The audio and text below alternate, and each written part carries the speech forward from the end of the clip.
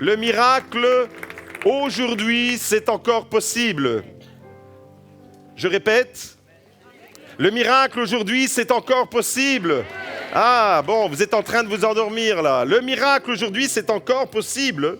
Étant donné que Dieu ne change pas, étant donné qu'il n'y a en lui aucune ombre de variation, étant donné, comme le dit la Bible, que Dieu est immuable, que Dieu est invariable, en lui, il n'y a ni changement, ni ombre de variation, alors cela signifie que le temps du miracle n'est pas révolu. La Bible nous enseigne clairement que dans toutes les générations, Dieu accomplit des miracles, des prodiges, il réalise des merveilles, il est le Dieu qui ne change pas. Rapidement, quelques textes qui nous ramènent à la réalité de qui est Dieu. Hébreux, chapitre 13, verset 8, « Jésus-Christ est le même hier, aujourd'hui et pour l'éternité ». Jésus est le même, il ne change pas. Et ce qu'il a fait hier, ce qu'il a fait dans les temps reculés, il est capable de le faire aujourd'hui. Dieu ne change pas, Jésus ne change pas, et pour l'éternité, il sera le même. Donc, il n'y a pas une diminution de puissance en Dieu, il n'y a pas une augmentation de puissance. Dieu est le Tout-Puissant, il est El Shaddai, il est celui qui bénit et qui rend tout possible. Psaume 72, verset 18, « Béni soit l'Éternel Dieu, le Dieu d'Israël, qui seul fait des miracles. Béni soit à jamais son nom glorieux, que toute la terre soit remplie de sa gloire. Amen, amen, amen. Dieu d'Israël qui seul fait des miracles. » Psaume 86, verset 10. « Car toi, tu es grand et tu opères des miracles. Toi seul, tu es Dieu. » Voilà ce que dit la Bible. Toi seul, tu opères des miracles. Toi seul est Dieu. Et ce matin, j'aimerais vous dire, ça n'arrive pas qu'aux autres.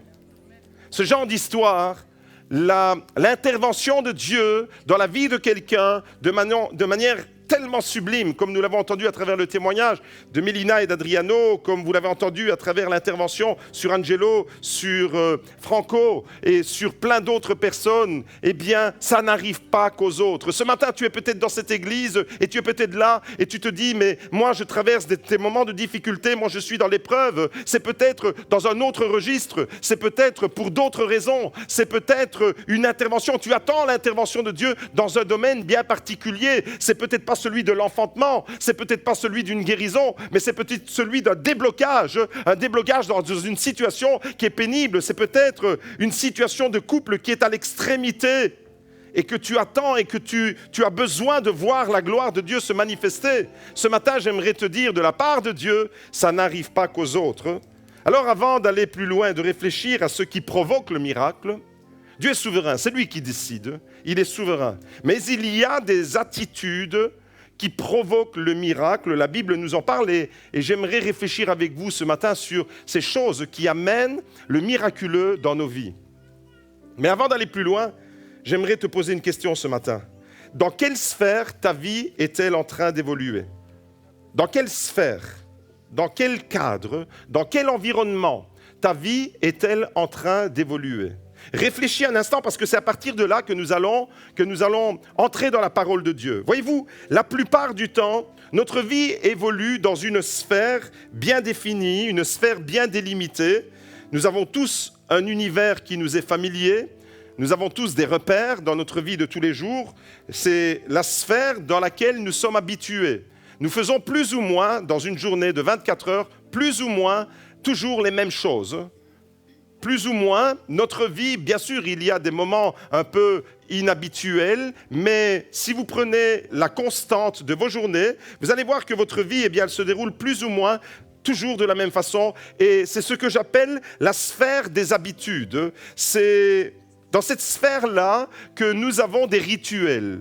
Nous nous levons à la même heure, nous prenons le même type de déjeuner, nous nous lavons les dents à une telle heure, nous avons une brosse à dents, moi chez moi, elle doit toujours être rouge, ma brosse à dents, et c'est un rituel. Vous voyez, on a des rituels comme ça. Et le lundi, tu as décidé de manger des frites, et le mardi, c'est la lasagne, et le mercredi, c'est une pita. Enfin bref, on est plus ou moins, on est tellement programmé que nos habitudes deviennent des rituels, et nos rituels, eh bien, constituent d'une certaine manière ce qu'on peut appeler notre zone de confort. Notre zone de confort, c'est le lieu, à cause de toutes ces habitudes que nous avons, on se sent sécurisé parce qu'on a des repères et que notre vie se déploie plus ou moins de la même façon, jour après jour, et ça nous sécurise. Et il y a des gens comme ça qui ont besoin d'être constamment dans le même cadre, dans la même sphère, dans la même zone pour se sentir en sécurité. Des fois, c'est des fausses sécurités. Souvent, c'est des fausses sécurités. Et dans cette sphère-là, ce que j'appelle la zone de confort, on se sent serein par moment et confortablement installé. Mais la vie avec Jésus nous permet d'évoluer dans une autre sphère.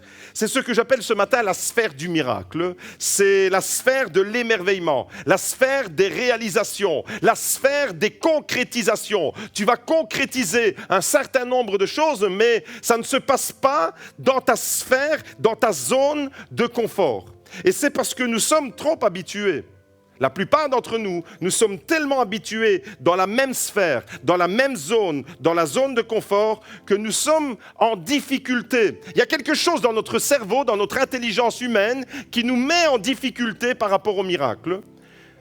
Et on a tellement de difficultés parce que je suis presque convaincu à 100% qu'il y a au moins une personne qui a entendu le témoignage de Mélina ce matin et qui dit en ce moment dans sa tête « et moi ». Et moi. Pourquoi elle et pas moi? Pourquoi on a prié pour Franco, il n'y a plus aucune trace de cancer? Et pourquoi moi j'ai prié pour ma femme, pour mon mari, pour mon enfant, pour mon père, et il est quand même mort? Et à cause de ça, à cause de ces raisonnements qui sont en nous, eh bien, on reste dans une sphère qui n'est pas la sphère du miraculeux et qui nous empêche véritablement de comprendre ce que Dieu peut faire, ce que Dieu peut accomplir. À cause de nos habitudes, à cause d'une vie stéréotypée, à cause d'une vie toujours dans la même zone, la zone de confort, nous sommes en difficulté pour intégrer la notion même du miracle.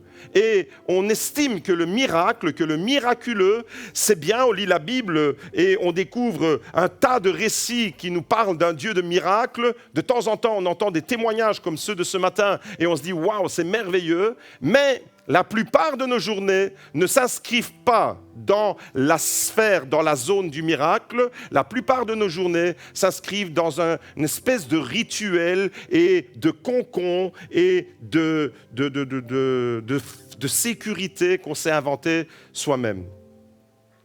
Écoutez bien, ceci c'est important. Pour vivre le miraculeux et expérimenter la puissance de Dieu, nous devons sortir de notre zone de confort. Et ce matin, j'aimerais vraiment réfléchir avec vous. La Bible dit « Tout est possible à celui qui croit ». Et le problème, c'est que dans notre cerveau, il y a quelque chose qui nous dit « C'est impossible ». Tout est possible à celui qui croit. Ça, c'est ce que la Bible dit. Mais il y a quelque chose, il y a une petite voix là qui vient te souffler à l'oreille. Oui, mais pour toi, ce sera impossible. Et à cause de ça, on reste dans nos blocages. Voyez-vous, quand le cerveau dit « C'est impossible », le cœur répond « C'est possible ».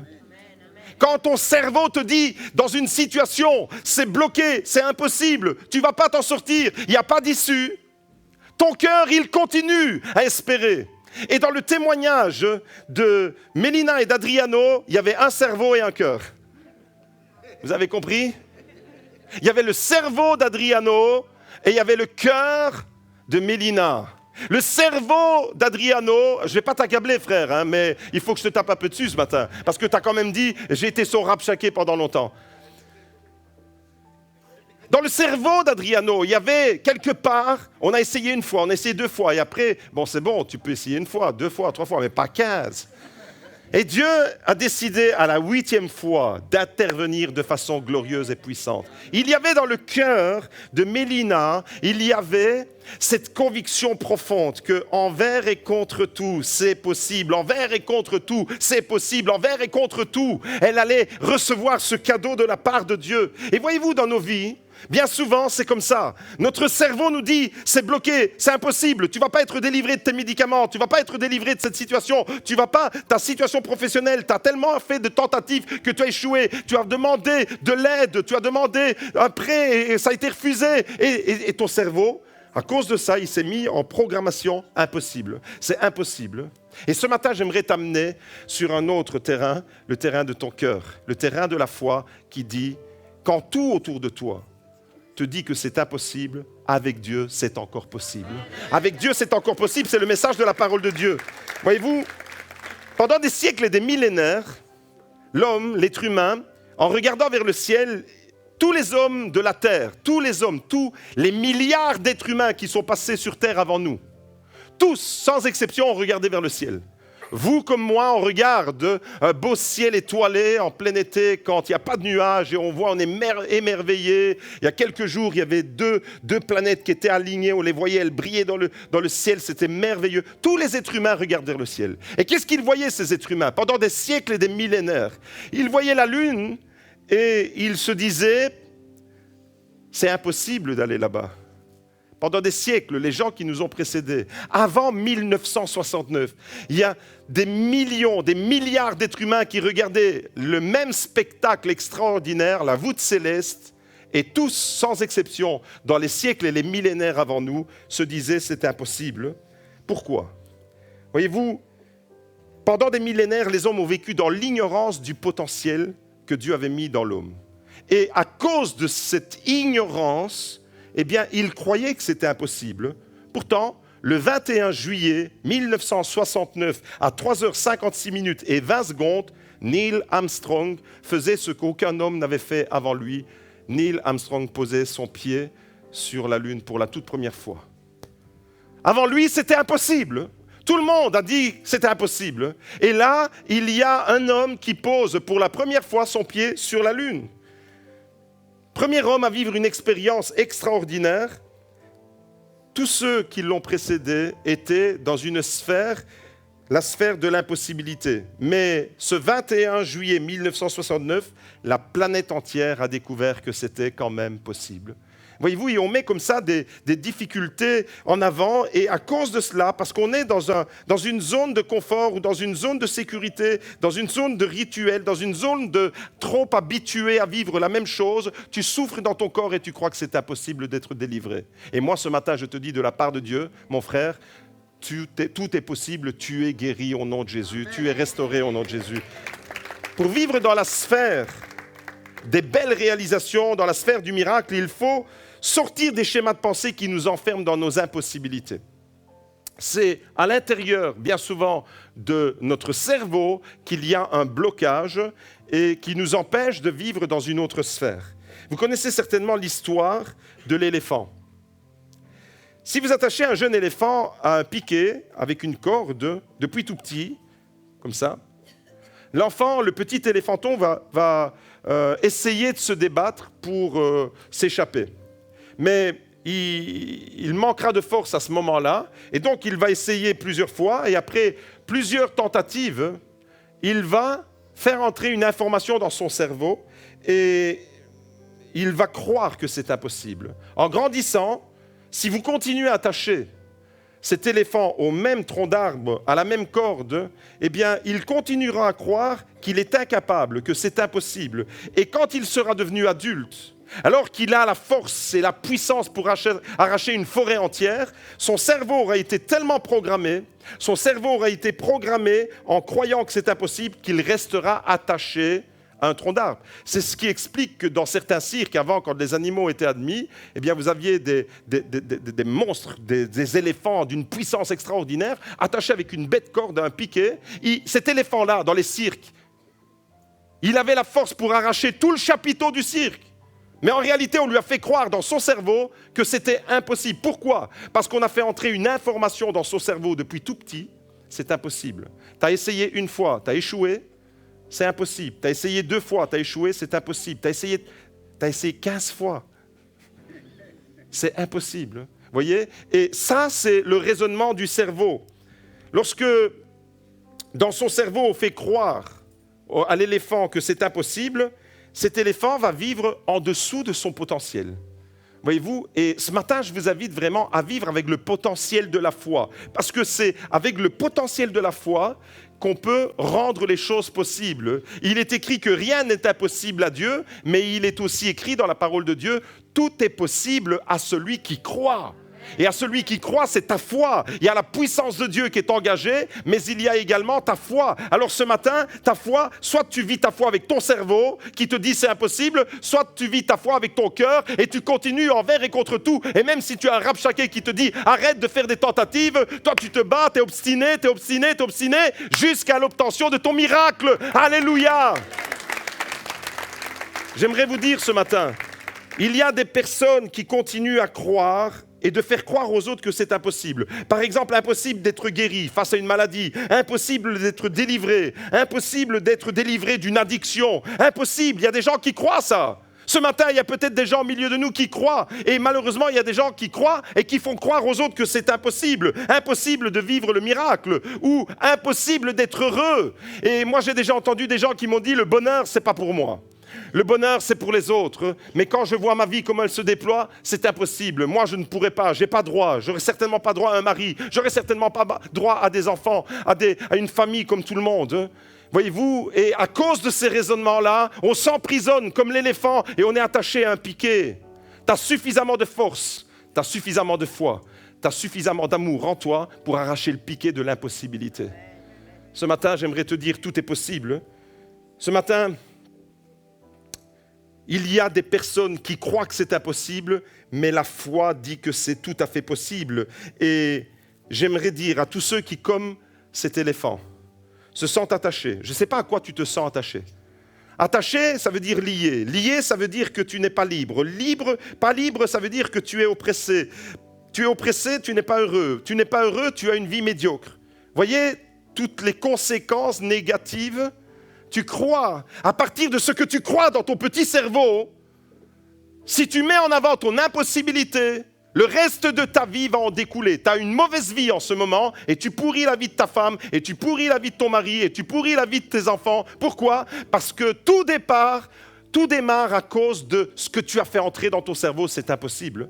Et alors, quand tu es devant l'impossibilité, eh bien, ton cœur s'aigrit et puis ça se répercute sur les autres.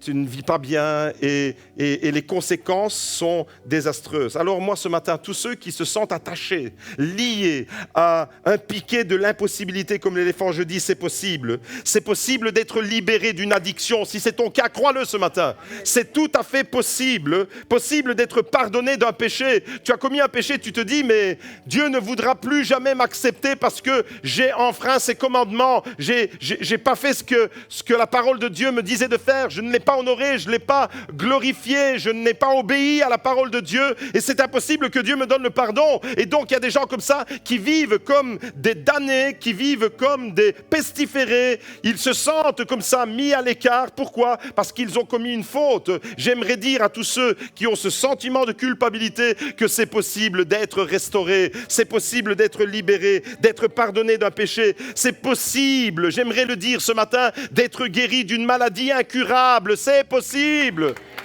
C'est possible d'atteindre un objectif, d'atteindre une cible. C'est possible d'impacter ta vie et d'impacter la vie des autres par ta foi. C'est possible. La détermination de Mélina a rendu les choses possibles, mais sa détermination, elle a un effet positif sur Adriano. Voyez? Quand tu es obstiné dans le bon, eh bien, la répercussion du bien va non seulement te toucher, mais toucher les autres.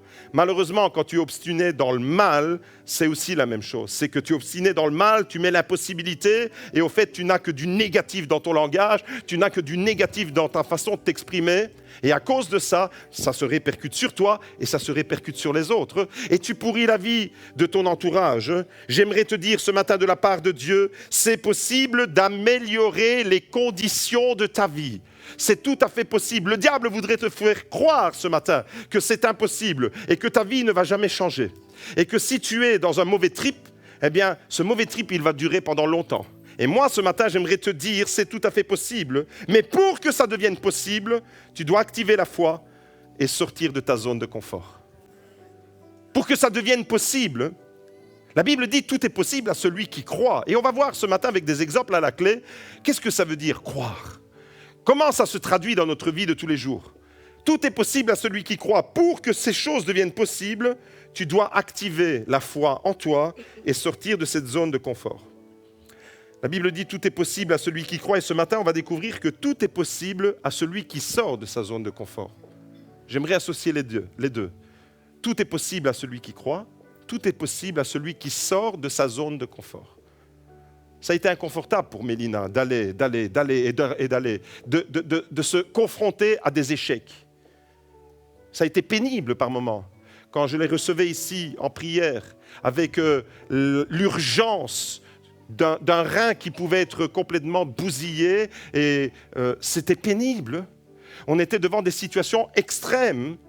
Quand première tentative, deuxième tentative d'insémination, troisième, quatrième, cinquième, jusqu'à la 7e tentative, ça a échoué. C'était pénible. On s'est confrontés là, Adriano et Mélina étaient confrontés à des impossibilités humaines. Et je peux comprendre que par moments, dans notre cerveau, il y a quelque chose qui nous dit c'est impossible. Et on s'est mis, vous savez, c'est comme les rails de train pour les vicinaux, pour ceux qui travaillent à la SNCB. Quand on change les rails de train, en fait, il faut faire ça. Là, ton train, le train de ta vie, il est en train d'aller dans une direction. C'est la direction de « c'est impossible, c'est impossible, c'est impossible ». Et puis, il y a quelqu'un qui va changer l'aiguillage. Et ce matin, je veux être l'activateur de ce changement d'aiguillage dans ta vie. Ce matin, par la parole de Dieu, je veux activer un processus qui change l'aiguillage. Impossible? Possible. Ce matin, tu actives la foi, tu sors de ta zone de confort. Alors voyez-vous, comme je l'ai dit, notre vie, elle évolue dans différentes sphères. La plus commune, celle de tous les jours, c'est notre zone de confort. Tu te lèves le matin, tu prends ton petit-déj, petit café, tu lis les nouvelles, tu lis la parole de Dieu, tu te brosses les dents, tu vas te laver. Bref, ta vie, c'est un petit rituel. Ça, c'est ta première zone, ta zone de confort. Et ce matin, j'aimerais apporter un éclaircissement sur les différentes sphères, les différentes zones de confort ou de sphères de nos vies. Alors, on découvre ensemble une histoire tout à fait extraordinaire dans la parole de Dieu qui illustre parfaitement les différentes zones, les différentes sphères dans lesquelles notre vie peut évoluer. Voyez-vous, tout est possible à celui qui croit, mais tout est possible à celui qui sort de sa zone de confort. On découvre ça avec un texte qui a impacté ma vie de façon extraordinaire. Je vais vous dire pourquoi ce texte. Si ce texte je n'avais pas entendu, je ne serais pas devant vous aujourd'hui. C'est 1991, 30 août 1991. J'avais même pas encore 19 ans. J'étais avec ma fiancée à l'époque, Magda, sous un chapiteau, dans un quartier populaire à Seraing. Il y avait une église que je ne connaissais pas, qui faisait une évangélisation dans un quartier. Et là, j'entre dans ce chapiteau, et le pasteur qui prêchait la parole de Dieu ce soir-là, je vous parle du vendredi 30 août 1991, ça ne nous rajeunit pas, n'est-ce pas? Et là, le prédicateur ouvre la Bible et lit le texte que nous allons lire ce matin ensemble. Matthieu, chapitre 14, verset 24. C'est sur la prédication de ce message que j'ai donné ma vie à Jésus. Ma vie, elle a été complètement chamboulée. Ma vie a été complètement changée. À l'âge de 18 ans, presque 19 ans, ma vie a basculé parce que je suis sorti de ma zone de confort. On découvre ça ensemble, Matthieu 14, verset 24. La barque se trouvait déjà au milieu du lac, battue par les vagues car le vent était contraire. La barque était déjà à une distance de plusieurs stades de la terre. Elle était déjà éloignée, malmenée par les vagues car le vent était contraire. À la 4e veille de la nuit, c'est-à-dire dans la nuit la plus profonde, Jésus alla vers eux en marchant sur la mer. Quand les disciples le virent marcher sur la mer, ils furent troublés et dirent « c'est un fantôme ». Et dans leur crainte, ils poussèrent des cris. Alors imaginez la scène. C'est la nuit profonde, la tempête, les vagues sont agitées, et puis il y a une silhouette qui vient là comme ça et qui marche. De loin, vous la repérez, et vous avez les chocottes, vous avez le trouillomètre, mais vraiment au paroxysme, parce que vous dites, c'est quoi ce truc de dingue? Nous, on lit cette histoire-là, mais mettez-vous à la place des disciples dans la barque. Vous voyez une silhouette qui s'approche, et qui marche sur l'eau, littéralement. C'est quelque chose d'inédit. Les disciples étaient dans leur zone de confort, c'est-à-dire la barque. Et là, il y a quelqu'un qui dit c'est possible de marcher en dehors de la zone de confort. Jésus marcher sur l'eau. Quand les disciples virent marcher sur la mer, ils furent troublés et dirent « c'est un fantôme ». Et dans leur crainte, ils poussèrent des cris. Jésus leur dit aussitôt « rassurez-vous, c'est moi, n'ayez pas peur ». Pierre lui répondit « si c'est toi, ordonne-moi d'aller vers toi sur les eaux ». Jésus dit « viens ». Une parole de Jésus. Des fois, on attend des grands discours. Des fois, on attend des grands séminaires, des grandes prédications. On attend je ne sais quoi pour voir la puissance et la gloire de Dieu se manifester. Mais là, Pierre est dans la barque et il dit, si c'est toi, il doutait encore. Si c'est toi, eh bien, dis-moi d'aller vers toi. Et Jésus lui dit, viens. Simplement, un mot, viens, en 5 lettres. Jésus te tend la main. V-I-E-N-S, viens. Il te tend la main. Et vous comprenez, un gamin de 18 ans qui était dans une période vraiment assez compliquée. Moi, j'entends ce message en 1991 pour la première fois de ma vie. Et là, je découvre que Jésus est vivant. Je découvre que Jésus peut venir marcher sur les eaux tumultueuses de ma vie. Et qu'il me dit, viens. Et j'ai saisi la main de Jésus. 30 août 1991, et je ne l'ai plus jamais lâché avec mon épouse. Elle a vécu le 29, la veille. Aujourd'hui, si je n'avais pas entendu ce message, je ne serais pas là devant vous. Une parole, un mot en 5 lettres, V-I-E-N-S, viens. Pierre a juste entendu de la part de Jésus, viens. Ce matin, je vais m'arrêter de prêcher là, et je vais te dire simplement, viens à Jésus. Et c'est ça qui va faire toute la différence dans ta vie. Viens à Jésus. Alors on va continuer quand même dans le texte. Viens. Pierre sortit de la barque et marcha sur les eaux pour aller vers Jésus. Mais en voyant que le vent était fort, il eut peur. Et comme il commençait à s'enfoncer, il s'écria « Seigneur, sauve-moi » Aussitôt Jésus étendit la main, le saisit et lui dit « Homme de peu de foi, pourquoi as-tu douté ?» Ils montèrent dans la barque et le vent tomba. Ceux qui étaient dans la barque se prosternèrent devant Jésus et dirent « Tu es véritablement le Fils de Dieu. » Amen, amen, amen. Un message qui a percuté ma vie. Dans ce récit, il y a différentes zones, différentes sphères. Premièrement, notre zone de confort, c'est quoi? Les disciples étaient dans leur zone de confort, là. Vous avez compris, c'est la barque. La zone de confort, c'est la sphère où se déroule la plus grosse partie de notre vie, c'est dans cette sphère-là. On peut afficher l'image, merci. La zone de confort, c'est tu es dans un contexte où tu te sens plus ou moins sécurisé. Même si c'était la nuit, même si la mer était agitée, même s'il y avait des vagues, grosso modo, ouais, c'était quand même effrayant, mais ils étaient sécurisés dans leur barque. Et dans nos vies, c'est la même chose. On a des petites embarcations dans la vie. On a des barques comme ça dans lesquelles on se sent plus ou moins en sécurité. Sauf que le miracle ne se produit pas dans la barque. Tu as compris que tu dois sortir. La vie pleine, la vie en abondance, la vie qui vaut vraiment la peine d'être vécue. C'est pas dans ta petite routine de tous les jours où tu fais comme un petit robot, toujours les mêmes choses, stéréotypées, tellement réglées que tu sais dans quel restaurant tu vas aller manger et ce ne sera pas dans un autre. Et si tu es friand d'un Chinois, c'est toujours chez le même Chinois que tu vas. Et si tu es friand d'un Italien, c'est toujours chez le même Italien que tu vas. Et si tu es friand d'un Grec, c'est toujours chez le même Grec que tu vas. Tu es tellement organisé qu'il n'y a plus de place dans ta vie pour l'irruption du miracle. Tu es dans ta barque. Et les disciples étaient là dans la barque, et puis tout d'un coup, il y a une espèce de fantôme qui se présente devant eux. Ce n'était pas un fantôme, c'était Jésus qui vient nous rejoindre dans nos embarcations. Ce matin, si tu es dans ta zone de confort, Jésus s'approche de toi. C'est ça la bonne nouvelle. Même si tu es dans ta zone de confort, Jésus ne te laisse pas là où tu es. Jésus s'approche de toi. La zone de confort, c'est, vous l'avez compris, c'est la sphère de notre train-train quotidien, de nos petites habitudes, des repères placés toujours au même endroit. Notre vie stéréotypée, c'est la sphère où nous nous sentons en sécurité, mais malheureusement, c'est aussi la sphère où il n'y a pas beaucoup d'ambition dans cette sphère-là. C'est la sphère où malheureusement, il n'y a pas beaucoup de place pour les initiatives. Il n'y a pas beaucoup de place pour la nouveauté dans cette sphère-là. Dans cette sphère-là, il n'y a pas beaucoup de place pour les nouvelles expériences. Dans la sphère, dans la zone de sécurité, où tu te sens en sécurité, eh bien, tu ne prends aucun risque. Quand tu es dans la zone de confort et quand tu es confortablement installé dans la zone de confort, tu ne prends aucun risque.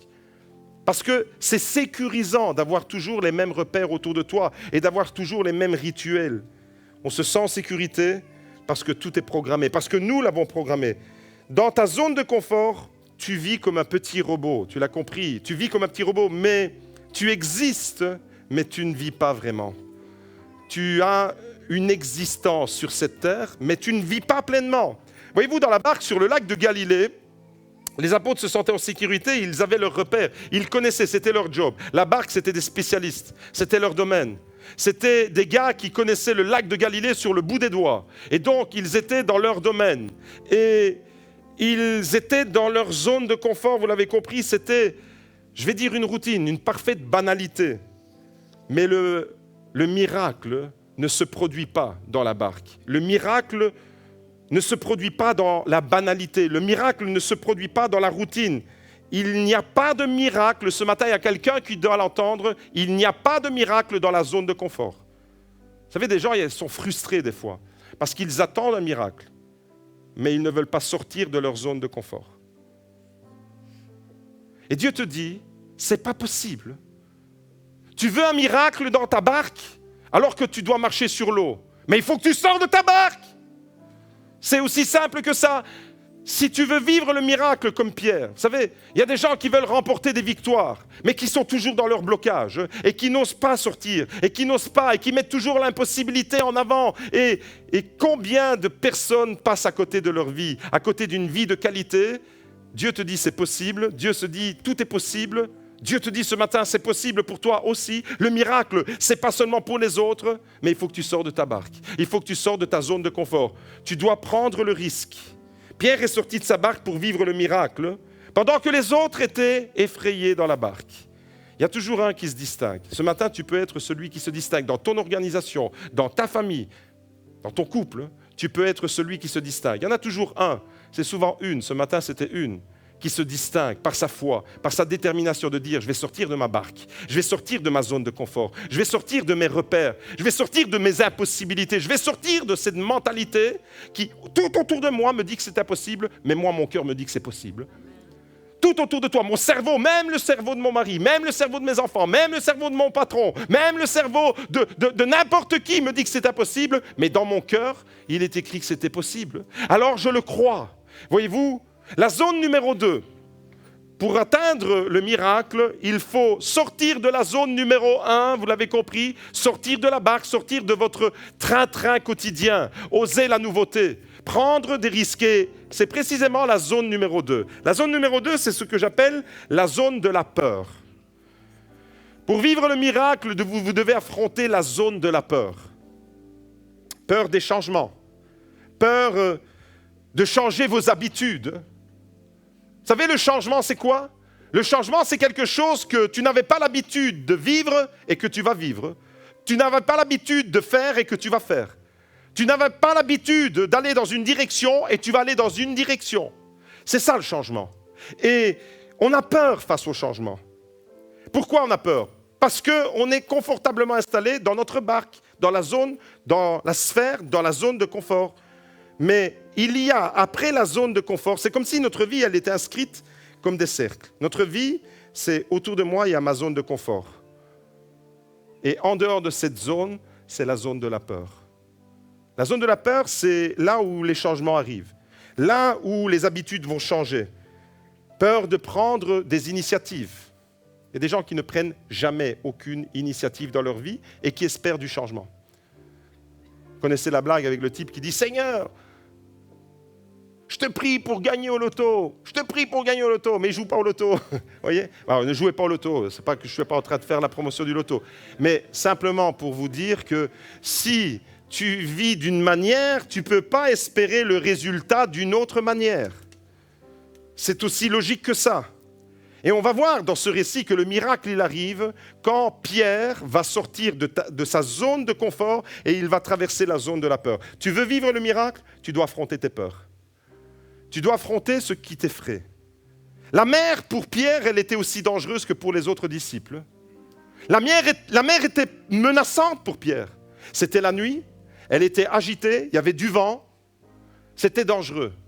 Mais Pierre s'est distingué. Pourquoi? Parce que Pierre a regardé à Jésus. Pierre a fixé Jésus et lui a dit, mais Seigneur, si c'est toi d'être dans le coup, je vais le dire à ma façon à moi. Quand Pierre dit, Seigneur, si c'est toi, dis-moi d'aller vers toi. Je vais le dire à ma façon à moi. Version Giuseppe Carrozzo, la Bible de 1972, quand je suis né. Non, c'est... Seigneur, si tu es dans le coup, alors je veux vivre avec toi ce que tu es en train de vivre. C'est ça que ça veut dire. Si toi, tu es dans le coup, si toi, tu es là, tu t'approches de ma zone, et qu'en plus tu me dis viens, alors je vais mettre mes peurs de côté et je vais affronter cette zone de peur-là, qui me paralyse. Il y a tellement de gens qui vivent des situations de frustration, des situations d'échec, qui vivent en dessous du niveau comme l'éléphant attaché à un piquet. Je m'adresse à toi. Tu as été lié par des paroles, tu as été lié par des médicaments, tu as été lié par des situations, tu as été lié. Spirituellement, tu es lié. Tu es comme ça, attaché, comme un petit toutou. L'ennemi t'a fait croire que c'était impossible et tu as une corde au cou, une chaîne à ton pied et tu es lié. Et on t'a fait croire, dans ton cerveau, tu as cru. Depuis tout petit, tu as entendu des choses qui t'ont dévalorisé. Et à cause de ça, aujourd'hui, ta vie d'adulte, elle est conditionnée par ce que tu as cru et tu t'es installé dans une zone et dès que tu dois sortir de cette zone, dès que tu dois sortir de quelque chose, vous savez, moi je connais des personnes qui n'osent pas quitter leur village, traverser un pont et aller de l'autre côté de la ville, c'est un exploit. Pourquoi? Parce qu'elles se sentent, ces personnes, en sécurité là où elles vivent. Mais ce n'est pas ça la vie. J'aimerais te dire, il y a tellement des horizons nouveaux que Dieu veut t'offrir, il y a tellement de nouvelles perspectives que Dieu veut t'offrir, mais tu comprends bien que ce n'est pas dans ta zone de confort que tu vas vivre ça. Tu vas devoir affronter la zone numéro 2, la peur des changements. Chaque fois que vous affrontez, chaque fois que vous traversez cette zone, la zone de la peur, vous faites des prodiges, vous faites des progrès, vous remportez des victoires. Chaque fois dans ta vie que tu sors de ta zone de confort, c'est une victoire. C'est un progrès que tu fais et tu es activé en traversant la zone de la peur pour arriver à la zone numéro 3, c'est-à-dire la zone du miracle. Au moment où Pierre est sorti de la barque, à ce moment-là, au moment où il a posé son pied sur l'eau, imaginez la scène, la barque elle est là, c'est la nuit, Pierre est dans la barque et puis Jésus lui dit viens. Ce matin, tu sais où Jésus est en train de t'attirer? Dans son miracle. Tu as compris que le miracle, il s'approche de toi, mais toi, tu dois aller vers lui. Quand Jésus s'approche en marchant sur l'eau, le miracle s'approche. Mais quand Jésus te dit viens, le miracle t'invite. Tu dois faire un pas. Et tu es là dans ta barque, tu es là dans ta zone de confort, mais tu n'oses pas. Tu te dis Seigneur, qu'est-ce que je fais? J'y vais pas? Non, j'y vais pas. Vous savez, en été, chez nous, il y a des magnifiques rochers près de Santa Maria di Leuca. On monte sur les rochers et on saute. C'est tellement beau. Il y a un pont, ça s'appelle le Ponte Ciolo. Il y a des gens qui se jettent du pont dans l'eau, qui font des... C'est extraordinaire. Pas se jeter de pont pour se tuer, mais pour le sport. Et souvent, quand je vais à ces endroits-là, je vois des gens qui sont là près du rocher et qui font ça. J'y vais ou j'y vais pas? J'y vais ou j'y vais pas? Buttati! On n'en parle plus. Non, mais... Et alors, on entend les gens qui crient « Dai, buttati! Jette-toi, plonge, vas-y !» Mais on est là comme ça, comme sur le rocher. Vous voyez? Et notre vie, des fois, c'est ça. C'est, je suis dans la barque, qu'est-ce que je fais? J'y vais. Je sais que c'est Jésus. Il est là. Il m'invite. Il me tend la main. Mais malgré tout, ma peur, elle prend le dessus.